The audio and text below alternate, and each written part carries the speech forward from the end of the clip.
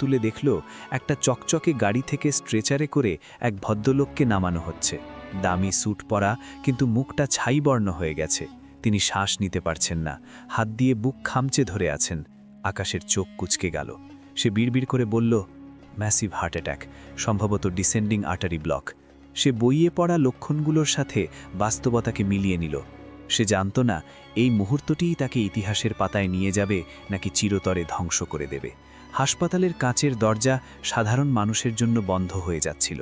সরুন সরুন, VIP case, Anwar Chowdhury sir! গার্ডরা চিৎকার করছিল। আকাশ বুঝল ভেতরে যাকে নেওয়া হচ্ছে তিনি এই শহরের একজন প্রভাবশালী কোটিপতি। কিন্তু আকাশের কাছে তিনি তখন শুধুই একজন মুমূর্ষু রোগী। সে দেখল বড় বড় ডিগ্রিধারী ডাক্তাররা দৌড়াদৌড়ি করছেন, কিন্তু তাদের চোখে মুখে স্পষ্ট বিভ্রান্তি ও ভয়। ভেতরে হট্টগোল শুনে মনে হচ্ছিল পরিস্থিতি নিয়ন্ত্রণের বাইরে। আকাশ আর নিজেকে ধরে রাখতে পারল না।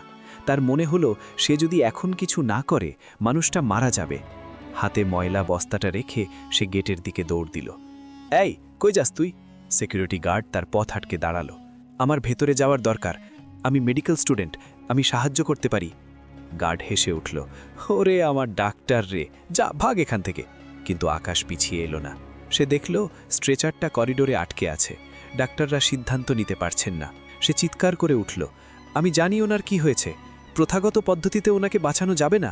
তার চিৎকারে একজন সিনিয়র ডাক্তার সাদা চুল ও চশমা পরা ঘুরে তাকালেন। পরিস্থিতির চাপে হয়তো সে যে কোনো খড়কুটো আঁকড়ে ধরতে চাইছিলেন। ভেতরে ঢুকে আকাশ দেখল এক হুলুস্থুল কাণ্ড। মনিটরে হার্ট রেট কমছে। ডাক্তাররা বলছেন বিপি পাওয়া যাচ্ছে না, ইমিডিয়েট সার্জারি সম্ভব না। আকাশ ভিড় ঠেলে সামনে গেল। স্যার, এনজিওগ্রাম রিপোর্টটা কি দেখা হয়েছে? সবাই চমকে উঠল। এই ময়লা জামা কাপড় পরা ছেলেটাকে? সিনিয়র ডাক্তার ধমক দিতে গিয়েও থামলেন। ছেলের চোখে অদ্ভুত আত্মবিশ্বাস। তুমি কে? আমি আকাশ, মেডিকেল স্টুডেন্ট। স্যার, লক্ষণ দেখে মনে হচ্ছে ব্লকেজটা এমন জায়গায় যেখানে স্বাভাবিক পদ্ধতি কাজ করবে না, রেট্রোগ্রেড অ্যাপ্রোচ ট্রাই করতে হবে। ঘর জুড়ে নিস্তব্ধতা নেমে এলো। একজন জুনিয়র ডাক্তার বলে উঠলেন, পাগল নাকি? এই রিস্ক কে নেবে? আর তুমি ছাত্র হয়ে আমাদের শেখাচ্ছ? আকাশ সিনিয়র ডাক্তারের চোখের দিকে তাকিয়ে বলল, স্যার, আপনাদের হাতে আর 2 মিনিট সময় আছে। হয় আপনারা প্রোটোকল নিয়ে ভাবুন, অথবা আমাকে একটা সুযোগ দিন। দায় আমার। ডাক্তার মনিটরের দিকে তাকালেন। ফ্ল্যাট লাইন হবার উপক্রম। তিনি একটা দীর্ঘশ্বাস নিয়ে বললেন, ওকে গ্লাভস দাও। আকাশ, যদি কিছু ভুল হয় আমি তোমাকে পুলিশে দেব। আকাশ দ্রুত হাত ধুয়ে গ্লাভস পরল। যে হাতে কিছুক্ষণ আগেও সে ময়লা তুলছিল সেই হাত এখন কাঁপছে না। সে খুব সাবধানে ক্যাথেটার হাতে নিল। তার প্রতিটি নড়াচড়া ছিল ধীর, স্থির এবং অত্যন্ত নিখুঁত। সে বইয়ে পড়া বিদ্যে আর নিজের কল্পনাকে এক করে ফেলল। ওটি রুমের ঠান্ডার মধ্যেও তার কপালে বিন্দু বিন্দু ঘাম। সবাই শ্বাস বন্ধ করে তাকিয়ে আছে। মনিটরে বিপ বিপ বিপ শব্দটা ক্রমশ ক্ষীণ হয়ে আসছিল। আকাশ শেষ চাপটা দিল। 1 সেকেন্ড, 2 সেকেন্ড, 3 সেকেন্ড, মনে হলো অনন্তকাল। হঠাৎ মনিটর শব্দ করে উঠল, বিপ বিপ বিপ। একটি শক্তিশালী রিদম। গ্রাফটা আবার স্বাভাবিক হয়ে এলো। পালস ফিরে এসেছে। নার্স চিৎকার করে উঠল, বিপি নর্মাল হচ্ছে।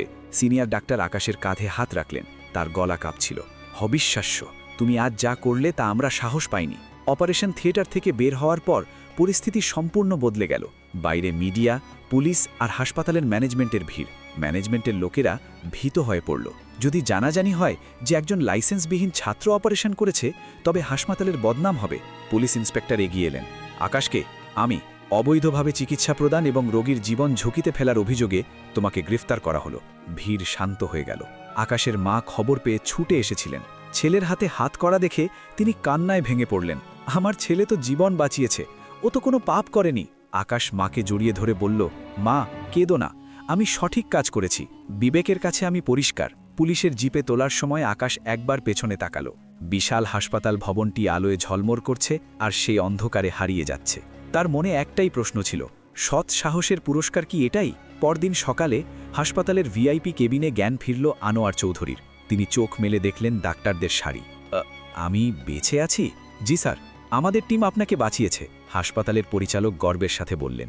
মিথ্যে বলো না, আমি জ্ঞান হারানোর আগে তোমাদের মুখ দেখেছিলাম। তোমরা হাল ছেড়ে দিয়েছিলে। কে আমাকে বাঁচিয়েছে? সত্যিটা বলো। একটু ইতস্তত করে তার সহকারী ঘটনাটি খুলে বললেন। সব শুনে আনোয়ার চৌধুরী স্তব্ধ হয়ে গেলেন। যে ছেলেটা আমার প্রাণ বাঁচালো তাকে তোমরা জেলে পাঠিয়েছ, আর তোমরা এখানে বাহবা নিচ্ছ? তিনি রাগে ফুঁসে উঠলেন। ইমিডিয়েটলি স্বরাষ্ট্রমন্ত্রীকে ফোন লাগাও।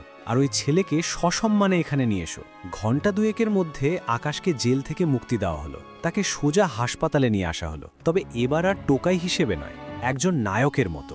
আনোয়ার চৌধুরীর কেবিনে তখন পিনপতন নীরবতা। আকাশ দরজায় দাঁড়িয়ে, সেই একই মলিন পোশাক, কিন্তু মাথা উঁচু। তুমি জানো তুমি কার প্রাণ বাঁচিয়েছ?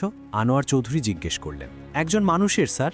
আকাশের ছোট্ট উত্তর। এই উত্তরে আনোয়ার চৌধুরী মুগ্ধ হলেন। তিনি বললেন, আমি তোমাকে ব্ল্যাঙ্ক চেক দিতে পারি, তুমি যা চাইবে তাই পাবে। আকাশ হাসল, ম্লান কিন্তু তৃপ্তির হাসি। স্যার, আমার গাড়ি বাড়ি চাই না, শুধু একটা ব্যবস্থা করে দিন যেন আমার মাকে আর অন্যের বাড়ি কাজ করতে না হয়, আর আমি যেন পড়াশোনাটা শেষ করে সত্যিকারের ডাক্তার হতে পারি। পরদিন খবরের কাগজের শিরোনাম হলো, টোকাই নয়, সাদা এপ্রনের সত্যিকারের হকদার। মেডিকেল বোর্ড বিশেষ মিটিং ডাকল এবং আকাশের সাহসিকতাকে স্বীকৃতি দিল। কয়েক সপ্তাহ পর আকাশ আবার কলেজে গেল। এবার যখন সে গেট দিয়ে ঢুকল, কেউ তাকে দেখে হাসল না, কেউ তাকে ময়লাওয়ালা বলল না, বরং সবাই সরে